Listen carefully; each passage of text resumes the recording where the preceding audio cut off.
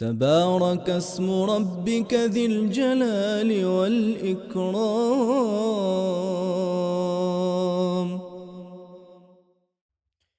A few days ago, the PBD Podcast, one of the biggest podcasts on YouTube, okay, invited Netanyahu as a guest.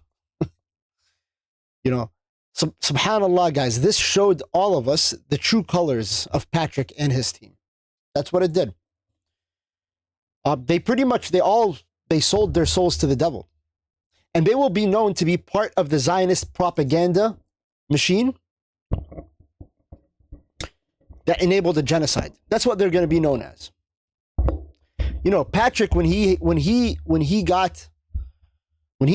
Netanyahu as a guest, he had no pushback whatsoever, didn't fact check anything, and pretty much just nodded his head during the entire interview. So, listen, hundreds of thousands of people already watched the interview, okay? So you can go watch it if you want, but I can tell you right now, it's all garbage. It's all the same type of garbage Zionist talking points that we've been seeing since October 7th. The thing is that when you are interviewing someone like Netanyahu, the way that Patrick did, right, with no pushback or fact checking or anything like this isn't really just an interview anymore. Okay? It's a PR stage. It's a PR stage to do control damage for the Zionist propaganda.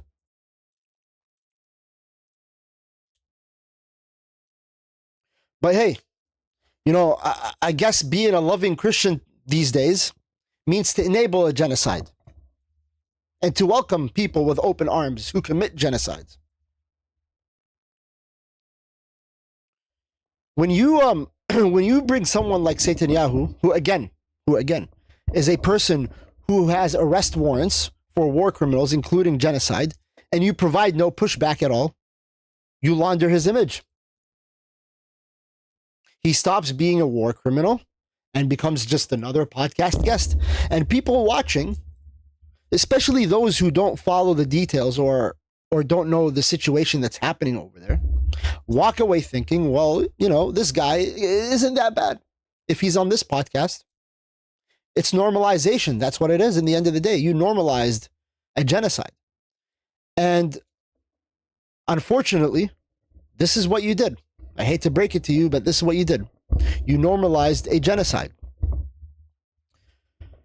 But like I said again, he showed us his true colors.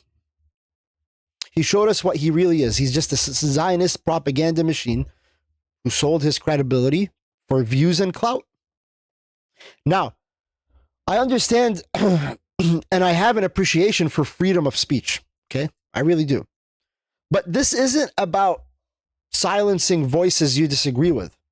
This is about responsibility. That's what this is about. When you give a platform to someone that has done crimes like the crimes that Netanyahu has done, okay, your job isn't to just nod along. Oh, fine, get them, but give some pushback, challenge them, confront them with facts, rather than bury your head under the sand. But Patrick didn't do any of that. He gave this disgusting piece of trash exactly what he wanted. A comfortable stage, an easy ride, and pretty much free PR. So, I'm sorry. I'm obviously I'm emotional. I understand I'm emotional because, number one, if you're a person who has any good moral values, this would disturb you. You would be upset with this. And me being of Palestinian descent, it's hard. I can't, it's hard for me to watch things like this. But this is a message to Patrick, David and his team. Congratulations, guys.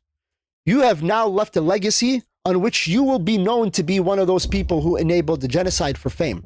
That's what you guys did.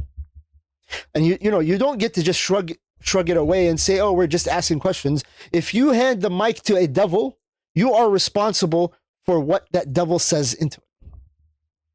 Again, Patrick, you call yourself a loving Christian father and a husband, yet choose to bury your head in the sand when tens of thousands of children and women are obliterated by the man that you just interviewed. So shame on you.